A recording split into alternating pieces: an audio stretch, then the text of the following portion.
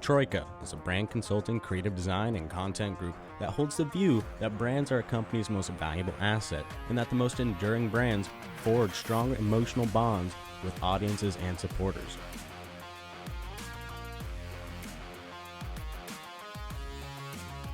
To assist brands in converting audiences into ardent fans, they adopt a fan-centric perspective that guides the way they think, create, and design.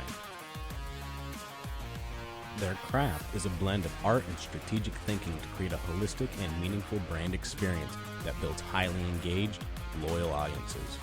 Using immersive live experiences, brand partnerships, PR, social media, and influencer marketing, Mission is a communications company that helps brands stand out by interacting with consumers from a cultural perspective.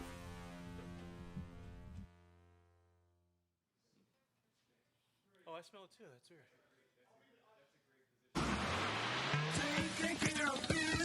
Welcome to the Big Biz Show, featuring insight, analysis, and a lot of stuff that's none of your business.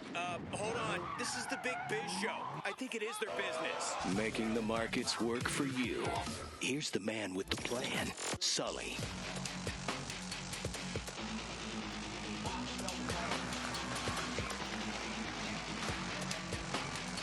Loft 100 Studios in beautiful, sunny San Diego, California. It is the Big Biz Show. I nailed it. The Big Biz Show. I'm co-host Mike Costa, along with our executive producer, Mr. Greg Todoroff, and always keeping us up above that line, the Day Trader Trio. 3, 4. Boom. Nailed it, boys. I paid that. I paid that. I'm sorry, who's this? The reason I'm talking right now. You talk, did you hear him going live? Yes. From He got the big biz part, Loft. right? I did. No, excuse me.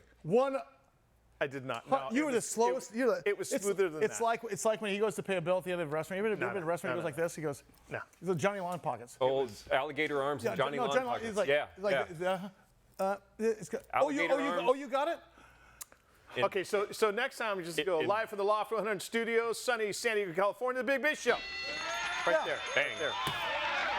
Great to see you. I'm excited about some of the guests today. Not so excited about my co-hosts as usual, but still, I'll get through the show. So stand by, let's keep going. Tony McDonald is a chairman and CEO of a company called CEA Industries, CEAD. Did they change the stock symbol? Did they change the business model?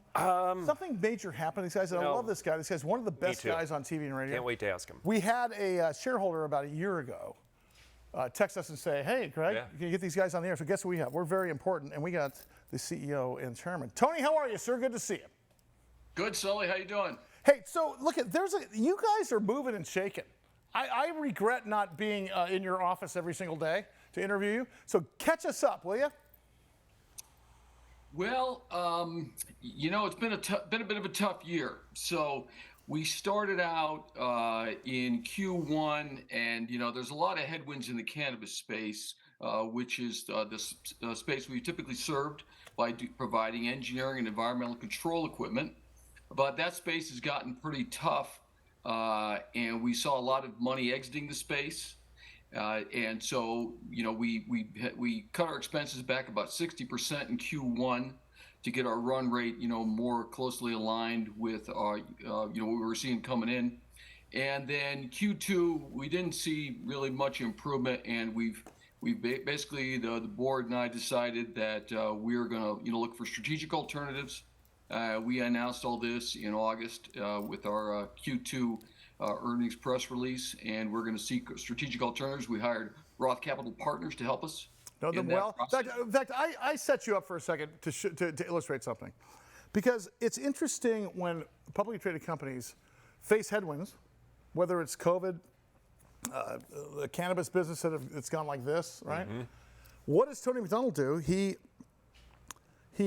cuts bait and he goes to the next thing, and it's brilliant. This is a great story, and I want to follow this because you guys are at inception now, where we're not going to go in this direction because it's a net zero sum.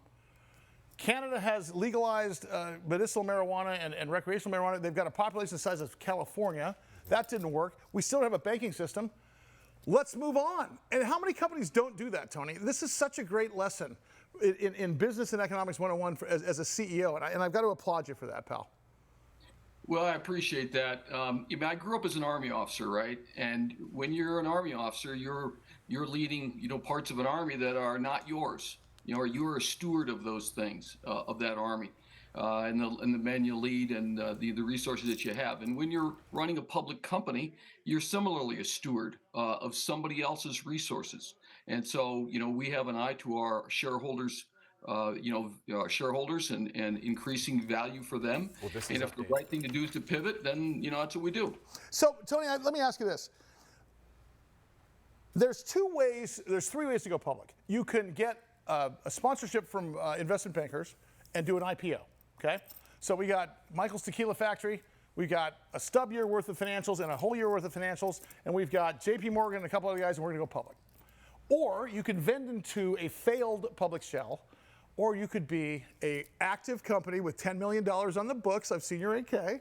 You guys are actively involved, you're doing great, and you guys are seeking something now. That's a pretty good position for you guys. So the question is, what do you seek for? How do you pass muster, to use your parlance, to get into your to your hemisphere? Not quite sure what you mean. Well, what I'm saying is you're going to vend in a privately held company at some point. The sky's the limit for you, right? I mean, you have the choice on which way you're going to go. Well, yeah, we hope so.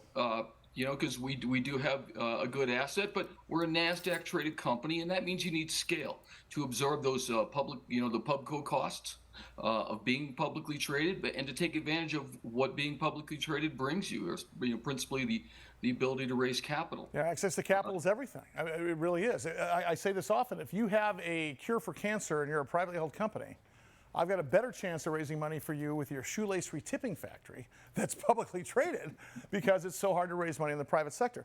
So for you, Tony, is your new pivot and new direction in the best opportunity that's sort of high speed, low drag, low debt, high asset that you guys can execute? Because your management team is kind of bulletproof. You guys could almost do anything. You have to sort of pick and choose, don't you? I mean, what's the next step for you guys? Well, as to, we've engaged Roth to help us, go through this process and to potentially find us, attractive opportunities. Because, essentially our board is acting now as an investment committee to say, okay, what's the next best thing to do, with this asset that we have, and have found Roth to help us, go out and find those folks. Roth Capital. You'll recall we did Big Biz Show to Go for 10, 15 years in a row up at Ritz-Carlton here in Southern California. Great guys. Dwayne Roth and I rode for Challenge Athletes Foundation together before he passed on a training ride. But good friends with Ted and Byron Roth. They're the right player for you. My question for you is, what are you most excited about here for the next 6 to 18 months? Because it's a pretty cool time for you guys. Well, too early to say, but I trust that we will find something compelling that will, reward our shareholders. Tony, I want to follow the story because I think it's a good education for Johnny Lunchbucket, who doesn't understand public markets, as well as the highest technical trader. And I'm proud of you for making the decision to move in another direction. That wasn't easy for you guys. And look who's still standing. His name's Tony McDonald. CEAD is a stock symbol, CEA Industries. Tony, we'll see you next week or the week after. I want to see what's going to go into that company. Yeah, me too. Pretty cool stuff.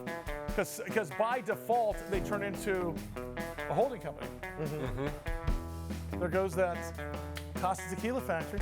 Great. I like it. If you were to start a business, Mike, what would it be? Right now? Ice cream on a donut? Blood type, baby? What would it be? Be honest with you, it would be dry pet food toppers. Really? Dry pet food toppers is my gang name, first of all. Hey, at the next big thing. That's right, it's coming. Dry pet food toppers. More big news coming up.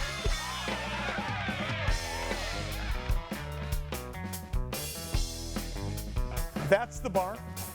Dry pet food toppers. Yeah, they're called poppers. I'm going to stick with my shoelace retipping. So So what are some of the pitfalls that maybe some businesses might run into when they're looking at distribution? Yeah, they're constantly underestimating, believe it or not, the ease of it or the importance of it. It's execution. Execution is so very important, but if it's not on shelf, it's not for sale. Yeah. Nobody cares about Marion Roberts juice if it's not on shelf. Right. So distribution trusts us, and so does retail, and our team is incredible.